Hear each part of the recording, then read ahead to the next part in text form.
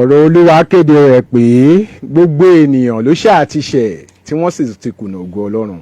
A dúpẹ́ lọ́wọ́ Ọlọ́run Olódùmarè fún oore àti àánú rẹ̀, fún ìrànlọ́wọ́ rẹ̀, fún ààbò rẹ̀, fún ìdáǹdè rẹ̀, fún ìkẹ́ ìgẹ̀ rẹ̀, fún ojú rere rẹ̀, fún ọlá rẹ̀ tó tún fún wa ní àkọ́tún orí ọ̀fẹ́ láti wá sórí ètò Ohun Awon Kerubu on FM lónìí. A dúpẹ́ o wípé a tún rí àánú gbà lẹ́ẹ̀kan sí gẹ́gẹ́ bí alààyè ọkàn, kíyèsí kì í ṣe nípa ipá, kì í ṣe nípa agbára bí kò ṣe nípa agbára ẹ̀mí mi lolúwa wí, àbí bẹ́ẹ̀ kọ́ ìyá convenanti. A dúpẹ́ o nítorí pé a tún rí ojú rere gbà lónìí.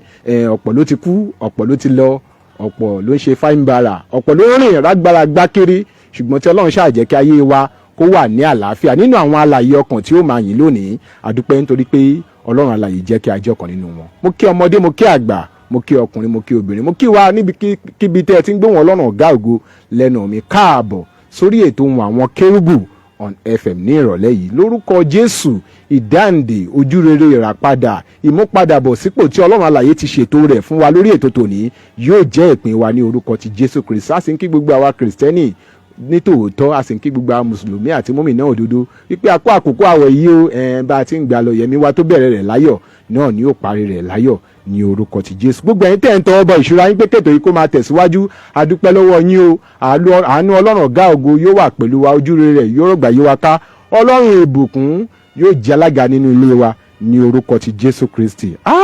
Fún àkókò ìrònúpìwàdà lẹ́ǹtì yìí, a tún ní àlejò pàtàkì mìíràn lórí ètò tòní tí Ọlọ́run yóò tún lò láti mú wa tẹ̀síwájú, láti dá a padà sí ojú ọ̀nà nípasẹ̀ ọ̀rọ̀ Ọlọ́run. Kí ni kókó ọ̀rọ̀ tí a fẹ́ gbé yẹ̀wò? Kí ni kókó ọ̀rọ̀ tí a fẹ́ gbé yẹ̀wò? Bíborí ìdánwò. Bíborí ìdánwò ni kókó ọ̀rọ̀ tí a fẹ́ gbé yẹ̀wò. Ẹ wo, ẹ jẹ́ ní dókè lọ́hùn náà kí n mú orin ẹ̀mí kan wá, a ó wá bọ́ sí abala ibi ètò gangan lórí ètò tòní. Evangelist Michael Adébọ̀wálé Adéoyè lórúkọ tèmi, ọmọ babaládùúrà ní Kọ̀tún bàbá ìjọ lórí rédíò Ohun Ẹni tí ń kígbe ní ìjọ ayé. Ẹ̀tún ọ̀nà olùwàṣẹ́ kú àtàárọ̀, ẹ káàbọ̀ sórí ètò tòní.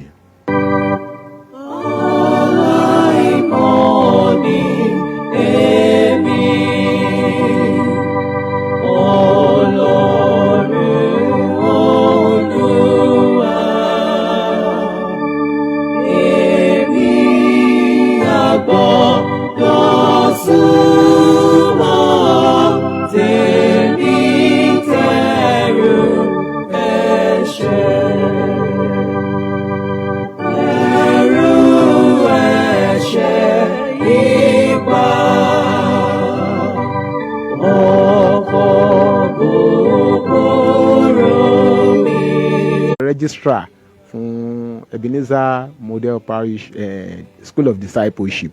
Àwọn sì tún jẹ́ ọ̀kan lára àwọn ìránṣẹ́ Ọlọ́run láti agbo mímọ́ Sacred C&S Church Ebenezer Model Parish Temple of Miracle tó wà ní Abiolawe ní Abẹ́òkúta.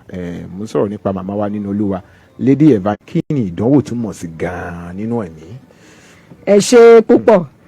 Tí a bá ń sọ̀rọ̀ nípa ìdánwò, Bíbélì Yorùbá ó pe gbogbo ẹ̀ ní ìdánwò. Ṣùgbọ́n tí a bá wí ọkọ ẹ̀ tó fi ń dán wò. Ìdánwò kẹta tí òyìnbó pè ní temptation. Temptation yẹn ló lágbára díẹ̀. Ìyẹn ni wípé kí èèyàn pinnu láti ṣe nǹkan tí ènìyàn mọ̀ wípé kò yẹ kí òun ṣe. Ó mọ̀ pé tó pọ̀ rẹpẹtẹ nínú Bíbélì. Fún àpẹẹrẹ, bàbá wa Abraham, wọ́n máa la ìdánwò kọjá nínú ìwé Genesis orí 22. Nígbà tí Ọlọ́run sọ fún wípé ọmọ kan ṣoṣo tó bí kó lọ fi rúbọ fún òun. Wọ́n wà lójú ọ̀nà nígbà tó dé ẹsẹ̀ 7, Ísákì ń béèrè, bàbá Jósẹ́fù tó rún jẹ́ arẹwà tó ní àfi kó bá òun ṣe lọ́ranyàn. Jósẹ́fù ní rárá o, ó ní èmi ò gbọ́dọ̀ ṣe bẹ́ẹ̀ kí n ṣẹ̀ sí Ọlọ́run mi. Jósẹ́fù náà àdánwò, Jóòbù àmàdánwò, Dáníẹ́lì ó la ìdánwò kọjá, Ṣédrákì, Méṣákì, Abednego wọ́n la ìdánwò kọjá. Jésù Olúwa wa bàbá ń bá rí rẹ̀. Àwọn náà máa wọn ìdánwò kan wà tó jẹ́ pé kì í ṣe àtọwọ́ èṣù nìkan. Ṣùgbọ́n lóòrò gẹ́gẹ́ bí ìwé Jákọ́bù orí 1 ẹsẹ̀ 2, ó ní nígbà tá a bá ń la ìdánwò kọjá, ó ní ká ka gbogbo ẹ̀ sí ayọ̀. Ìyẹn túmọ̀ sí wípé ìdánwò yẹn kì í ṣe, ìyẹn yàtọ̀ sí ti èṣù. Àwọn tí èṣù fi ń dányàn wò nínú ìwé Matthew orí 15, tẹ́ bá wò láti ẹsẹ̀ ìkọkàndínlógún ó sọ nǹkan kan wípé láti inú báyìí láti inú ọkàn ní èrò búburú ló ti ń jáde wá. àwọn èrò búburú yẹn ó máa ń tì wá sínú ìdánwò ní ọ̀pọ̀lọpọ̀ gbà. nínú ìwé Jákọ́bù náà pẹ̀lú nínú orí kìíní tí mo sọ yẹn, tí a bá wo nǹkan tí ẹsẹ̀ ìkẹtàlá tó sọ fún wa níbẹ̀, ó sọ nǹkan kan. Ó wí pé nígbà tí a bá ń dán ènìyàn wò, tá a bá ń dán èèyàn kan wò, kó má rò wípé bóyá láti ọwọ́ Ọlọ́run ó ní ìdánwò yẹn ti wá. ọ̀pọ̀lọpọ̀ ìdánwò ló jẹ́ wípé fúnra wa ìfẹ́kùfẹ́ ara wa òun ló sún wa sí.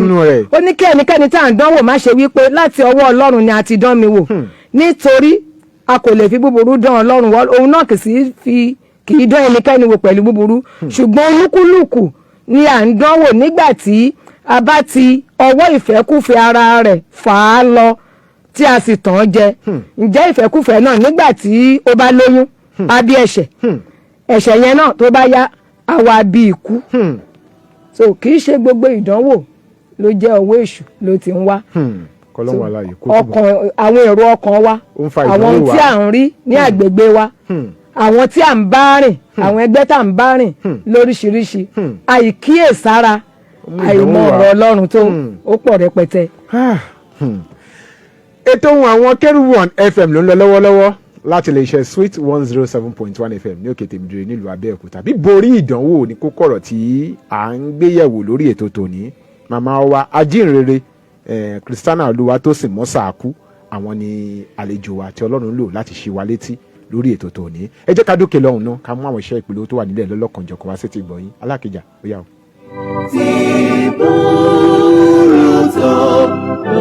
Gbogbo èèyàn sí Operation Push ọdún 2025. Ìtọ́jú kẹsàn-án rẹ̀. Àkórí tọdún ìní Don't Look Back. Máa ń wẹ̀yìn. Ìsọjí ọlọ́jọ́ méjìlá fi bẹ̀rẹ̀ láti ọdún 21st ọdún 25 March. Ìdíje aago mẹ́rin sí aago méje ìrọ̀lẹ́. Tó bá wá di ọdún 26 Wednesday, òun gbọ́ngàn ní Operation Push night. Aago mẹ́sàn-án títí di ìdájí kẹlẹ́lẹ́. Sunday 30 ni ìdúpẹ́ ọjọ́ bíi bàbá wa. Ọbẹ̀ Prince Olóyèdè Èkè ọmọọba àlàáfíà. Ní gbogbo agbára Jésù tó fún mi iléeṣẹ́ àwọn Lagos Road Abẹ́òkúta Ògùn State. Àwọn olùgbàlejò ọjọ́ náà ní. Senior Apostle Prophet M.K. Olóyèdè. Màmá wa Prophetess J.F. Olóyèdè. Wọ́n kí àwọn bàbá wa káàbọ̀. Bàbá wa ládùúrà yìí òjòdè ìdè. Kíngọ̀ sálẹ̀ wọ ọdún. Adélẹ́gbẹ̀ wọ́n sórí nọ́mbà ìfúwàlà. True Spiritual Light of God Church Àgọ́ Ẹ̀sán ló ń kéde ló sì ń pe gbogbo ènìyàn láti wá bá Jésù olùdáǹdè pàdé nínú àwọn ìsìn àti ìpàdé àdúrà ọlọ́sẹ̀ọ̀sẹ̀ wa. Ìsìn Ṣílò ní gbogbo ọjọ́ Wednesday ní aago 10 òwúrọ̀ sí 12 ọ̀sán 10 a.m. to 12 noon. Ìsìn wákàtí kan pẹ̀lú Jésù ní aago 6 ìrọ̀lẹ́ sí 7 ìrọ̀lẹ́ 6 to 7 p.m. ní gbogbo ọjọ́ Tuesday. Àgbàyanu ìṣòro alágbára ní gbogbo ọjọ́ Friday bẹ̀rẹ̀ ní aago 11 àṣálẹ́ 11 p.m. Ẹ̀kọ́ ọjọ́ ìsinmi Sunday school máa ń bẹ̀rẹ̀ ní aago 9 òwúrọ̀ 9 a.m. nígbà tí ìsìn ìdúpẹ́ ọjọ́ ìsinmi Sunday service yóò bẹ̀rẹ̀ ní aago 10 òwúrọ̀ 10 a.m. nínú ìjọ True Spiritual Light of God Church Àgọ́ Ẹ̀sán tó wà ní nọ́mbà 11 Tẹ́júmọ́lá Estate phase 2 Arokoje Road Fàjọ́ Ọbántòkò Abẹ́òkúta. Senior Apostle Prophet DJ Adéwùnmí Minister in charge His Eminence Prophet Dr. J.O. Adéwùnmí Babalákòóso fún ìṣọ́nà àdúrà àti ìgbaninímọ̀ràn nínú ẹ̀mí ẹ pè 0806 637 6979 0806 637 6979. Jésù olùdáǹdè ń retí rẹ o.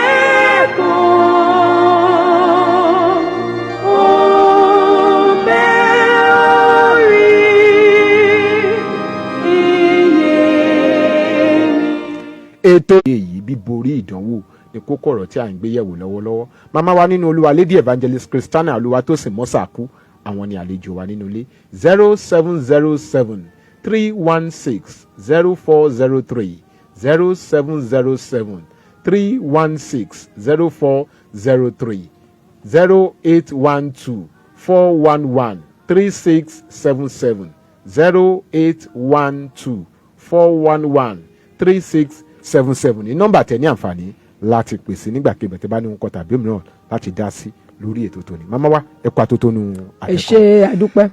ẹ wá mú wa wọnú ìrìn àjò yẹn ní. máa wà ní àìrékọjá kí a máa ṣọ́ra gẹ́gẹ́ bí ìwé Pétérù kínní orí 5 ẹsẹ̀ 8 ó nítorí èṣù ọ̀tá wa ó ló ń búramúramù ó ń wá ẹni tí yóò pàjẹ́. A gbọ́dọ̀ máa ṣọ́ra nírú àkókò tí a wà yìí tí ó dàbẹ̀ ní pé gbogbo nǹkan kò rí bó ṣe yẹ kó rí.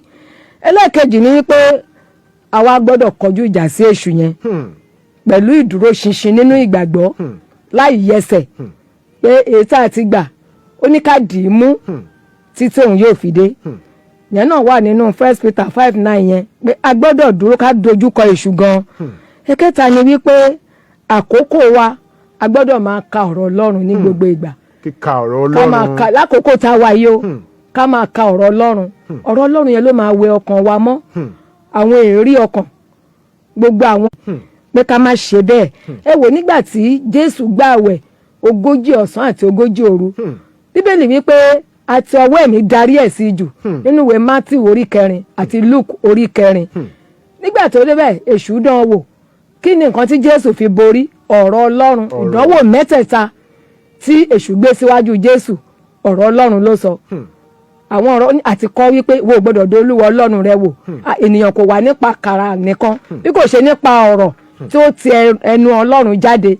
ó kó tí n tó ṣẹlẹ̀ ní ìwé Deuteronomy orí 6 n tó ṣẹlẹ̀ ní ìwé Deuteronomy orí 10 ó kó tiẹ̀ fún lẹ́sẹ̀kẹsẹ̀ tí èṣù gbọ́ ọ̀rọ̀ yẹn a kà á wípé ó fi Jésù sílẹ̀. so tí àwa náà lákòókò yìí ọ̀rọ̀ Ọlọ́run gbọ́dọ̀ jẹ́ ọ̀rẹ́ wa. gbọ́dọ̀ jẹ́ pàtàkì. ó gbọ́dọ̀ jẹ́ pàtàkì bẹ́ẹ̀ ni.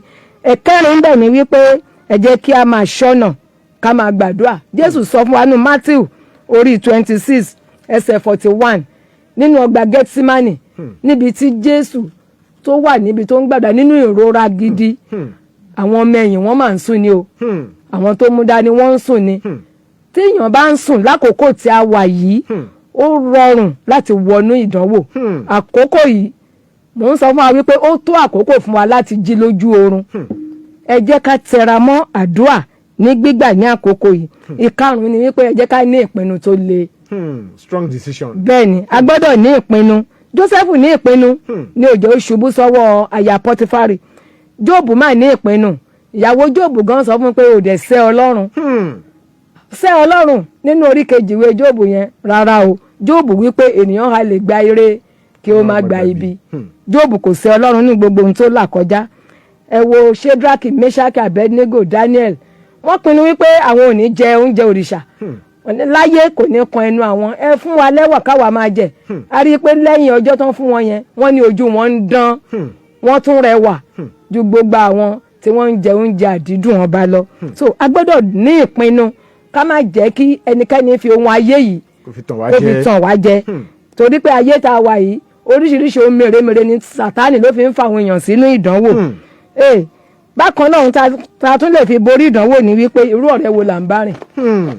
àwọn tá à ń bá rìn tá à ń bá kẹ́gbẹ́ tá à ń bá ṣe wọ́n nípa kó nínú ayé àwa ènìyàn nínú ayé àwa Kìrìsìtẹ́nì. Bíbélì wípé ẹ má ṣe fẹ́ràn ayé tàbí ohun tí ń bẹ nínú rẹ̀. torí pé tá a bá fẹ́ràn ayé ó lẹ́yìn tó bá fẹ́ràn ayé ìfẹ́ tí bàbá kò sí nínú ẹ̀ yẹn wà nínú 1 John orí 2 tàbá wò láti ẹsẹ̀ 15 dé 17. torí àwọn tó wà nínú ayé ìfẹ́kùfẹ́ ojú àgbèrè panṣágà gbogbo ohun tí ò dáa tí Ọlọ́run kórìíra. tí èèyàn bá jẹ́ ẹni tó fẹ́ràn ayé ọ̀mùtí àgbèrè ká máa ṣe ohun tí ò tọ́ ká máa sọ̀rọ̀ èèyàn lẹ́yìn gbogbo àwọn ìwà pálapàla yẹn Ọlọ́run lòdì sí. sọ fún wa wípé lóòótọ́ a wà nínú ayé o ṣùgbọ́n a kì í ṣe ti ayé.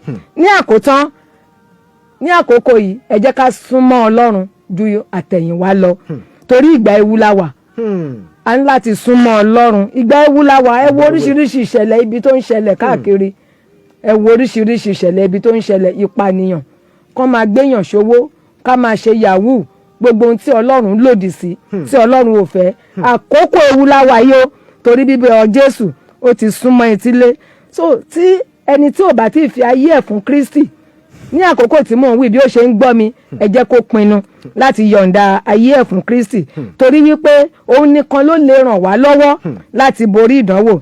tẹ́ bá wo inú ìwé Hébérù nínú ìwé Hébérù ó fẹsẹ̀ múlẹ̀ fún wa nínú orí kejì nínú orí kẹrin nínú orí kejì ẹsẹ̀ kejìdínlógún ó ní pé nítorí níwọ̀n bí òun ti kára rẹ̀ ti jìyà nípa ìdánwò ó lè ran àwọn tí à ń dánwò lọ́wọ́ ẹni tí ò bá fayé ẹ̀ fún èmi ò mọ bó ṣe fẹ́ rí ìrànlọ́wọ́ yẹn o àfi ká fi ayé wa fún Jésù òun nìkan ló lè ràn wá lọ́wọ́ nínú orí kẹrin ẹsẹ̀ kẹẹ̀ẹ́dógún ó tún fi díẹ̀ múlẹ̀ fún wa wípé nítorí a kò ní olórí àlùfáà tí kò lè ṣàìbánikẹ́dùn nínú àìlera wa ẹni tí a ti dánwò ní ọ̀nà gbogbo borí ìdánwò láti lè jẹ́ káwa náà borí ìdánwò ẹ jẹ́ ká gbá Jésù mú òun ló lè ràn wá lọ́wọ́. Ọlọ́run alààyè yóò ràn wá lọ́wọ́. Àmín. Ètò Ohun Awon Kerubu on FM náà ló ṣì ń lọ lọ́wọ́lọ́wọ́ lórí ìkànnì Sweet 107.1 FM ní orí òkè Tèmídire nílùú Abẹ́òkúta. Màmá wa Lady Evangelist Christiana Olúwatósìn Mosaku tí wọ́n jẹ́ ọ̀kan lára àwọn ìránṣẹ́ Ọlọ́run tí wọ́n sì jẹ́ olùkọ́ ọ̀rọ̀ Ọlọ́run láti agbomímọ Secretary and East Church Ebenezer Model Parish. Ọlọ́run tó dá sí sáyà kẹ́tì Ọlọ́run dáadáa. Peace of God Evangelical Ministry. Ọmọ ọba àlàáfíà. Uplifting crusade worldwide. Gbogbo èèyàn sí operation push ọdún 2025. Ìtọ́jú ọdún kẹsàn-án rẹ̀. Àkórí tọdún ìníjọ́ ló gbà. Máa ń wẹ̀yìn. Ìsọjí ọlọ́jọ́ méjì ní ọba àlàáfíà. Àlàáfíà lọ.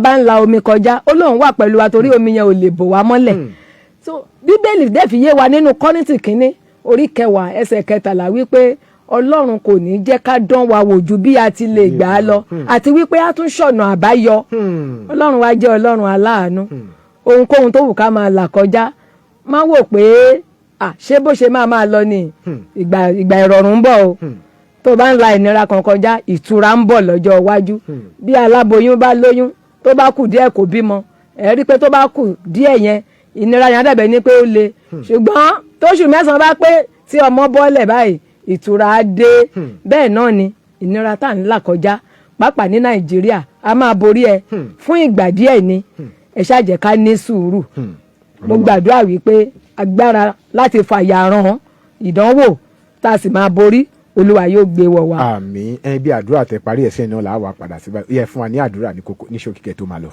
Ní orúkọ Jésù. Àmín. Kristi Olúwa wa. Àmín àmín àmín lórúkọ Jésù. Adúpẹ́ pọ̀ lọ màmá wa nínú Olúwa Lady Evangelist Christiana Olúwatósìn Mosaku tí mo fi tọ̀wọ̀tọ̀wọ̀ dárúkọ tí wọ́n jẹ́ ọ̀kan lára àwọn ìránṣẹ́ Ọlọ́run tí wọ́n sì jẹ́ olùkọ́ ọ̀rọ̀ Ọlọ́run láti agbomímọ Secretary and East Church Ebenezer Model Parish Temple of Miracle tó wà ní Abiolawe. Wọn ò dá wá wọ́n kọ̀wọ́ rìn wá pẹ̀lú màmá wa nínú Olúwa aládùúrà Ọmọlọ́lá Fálétí aládùúrà Ọmọlọ́lá Fálétí ni wọ́n jọ wá sórí ètò lónìí. Adúpẹ́ lọ́wọ́ yín pé a pè wá sórí ètò ẹ̀sìn ní àǹfààní láti dàpọ̀ mọ́ wa ẹ̀jẹ̀ mímọ́ ìmọ̀jẹ́fẹ́ tó yẹ láti fẹ́ràn alérò pé 51 èmi ṣẹ̀ṣẹ̀ ń wá báírò ni ẹ̀ ó tún bá ń pè lẹ́ẹ̀kan sí 080 63 94 2751. nọ́mbà tẹ ní àǹfààní láti pe màmá wa sí ni 0806 39642 751 08063 mìíràn láti bá wọn sọ ọ̀rọ̀ Ọlọ́run ti jáde lórí ètò tòní wípé ohunkóhun tóun kò lè máa là kọjá wàá borí ìdánwò ẹkún yẹn yóò di ayọ̀ ìbànújẹ́ yẹn yóò di ẹ̀rín nítorí pé orin wa kan sọ pé dúró de Olúwa má ṣiyèméjì ohunkóhun tóun kò lè dé ìgbà tí o rò pin ìrànwọ́ rẹ̀ yóò dé ẹni ìyanu ọba Olúwa lórúkọ Jésù níbikíbi tó ti ń gbóhùn Ọlọ́run ọ̀gá ògo lẹ́nu mi nírọ̀lẹ́ yìí Olúwa yóò ṣe ìyanu ayọ̀ nínú ayé rẹ̀ a sì ń kí gbogbo ẹ̀yin màmá àti bàbá tí Ọlọ́run ń lò láti tọwọ́ ìṣúra láti máa jẹ́ kí ètò yìí kó máa tẹ̀síwájú bàbá wa nínú Olúwa Special Apostle Túndé Adéyẹmí Ọbalọ́lá àdúpẹ́ lọ́wọ́ yín lórúkọ Jésù ẹ̀ ó máa tàtẹ̀síwájú ayọ̀ bàbá ògo Prophet Damilọ́lá Stephen Adékúnlé JP bàbá ògo à ń retí yín lórí ètò yìí bàbá alákòóso Adéwùnmí ní Arókojẹ bàbá à ń retí ẹ̀yin náà lórí ètò yìí lórúkọ Jésù Olúwa yóò fún gbogbo wa ní agbára a ó sì rí ànígbà fún ìtẹ́bá ní orúkọ tàbí Kiel Adébọ̀wálé Adéoyè lórúkọ tèmi ọmọ babaládùúrà ní Kọ̀tún bàbá ìjọ lórí rédíò ohun ẹni tí ń kígbe ní ìjọ ayé ẹ̀tún ọ̀nà Olúwa ṣáà fàyọ̀ pàdé lórí ètò ìlọ́sẹ̀ tó ń bọ̀ ẹkún ìbànújẹ́ ìṣubọ́ra ìṣubọ́ ẹ̀mí lórúkọ Jésù kò ní dé bá ẹnikẹ́ni nínú wa ayọ̀ àìnípẹ̀kun Olúwa yóò fi jẹ́ ìpín wa ní orúkọ ti Jésù Kristi ká fàyọ̀ pàdé.